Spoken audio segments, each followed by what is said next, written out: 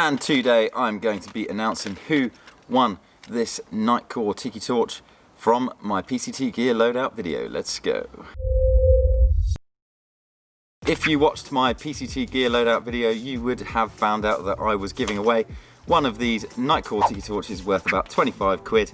Absolutely fantastic torch. I did a review of it yesterday to give you some more information just about this torch. In the PCT gear loadout video, I asked you to comment below in that video and guess to the nearest gram what the weight of it was, and I've finally selected the winner. So here it is, here's the final weight. It is 7,420 grams on the scales, and of course the winner is, drumroll please,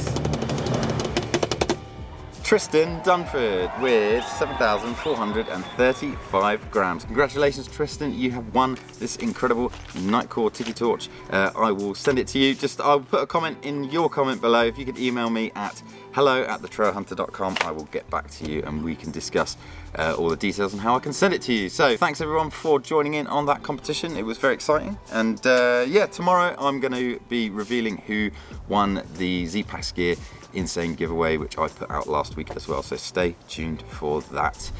Thanks for watching this video. Thumbs if you liked it, subs if you loved it, and I'll see you in the next one.